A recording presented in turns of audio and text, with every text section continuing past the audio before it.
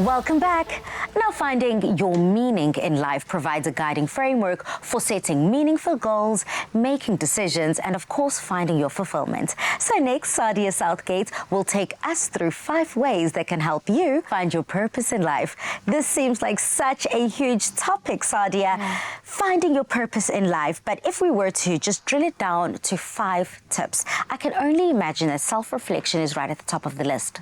Most definitely, because, self-reflection helps us to focus on our values, what gives us purpose and meaning in life, but also what is our aspiration. So focusing on what really matters to us and examining our own thoughts. So self-reflection kind of contributes to examining, what am I thinking about my purpose? What am I thinking about my hobbies or even just my passions as well? So having these self-reflections create a sense of awareness as well, and asking yourself certain questions to reflect on what matters to you most.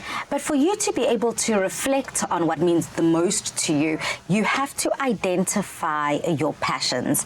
So what does exploring your passions do for this? Yes, exploring your passions comes down to exploring your strengths.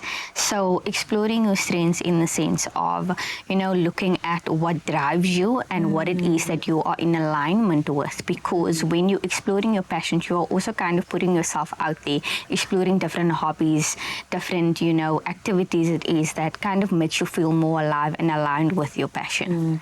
Now, one thing that I am not good at, as we trickle onto the third thought, is setting meaningful goals. I will have all goals in South African history. I will know what I want to do, when I want to go there, and what I want to do when I get there. But I struggle with actually, number one, holding myself accountable and sticking to those goals. So what does setting meaningful goals do? Yeah, setting meaningful goals is exploring short and long-term goals. And I think that's what's important, because sometimes, as you say, it's difficult to remain accountable, because it's kind of narrowing it down. When we say setting goals, it's looking at SMART goals. Is it specific?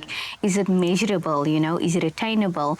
And also, what is the time frame within which I can set these goals for myself? And setting goals will help you to kind of work towards something, and then you see the results at the end of it. And because you're seeing the results at the end of it, it drives you towards finding more meaning and purpose in life, because that's what pushes you at the end of the day.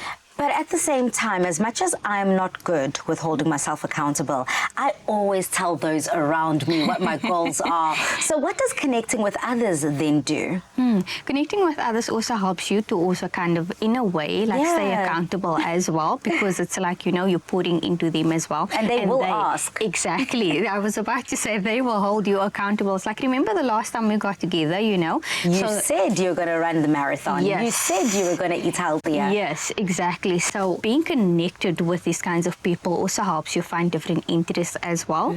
So because of these interests, it resonates with you, and it also aligns you with your purpose when you are connected with these people. And as you said, it helps you to stay accountable, because as much as sometimes we don't take our own advice, but we listen to our friends. So when it comes to that, that's a sense of accountability that we're creating with our community as well. I love that. But when I also do think, Sadia, about finding my purpose in life, I'm sure there are risks that come into play.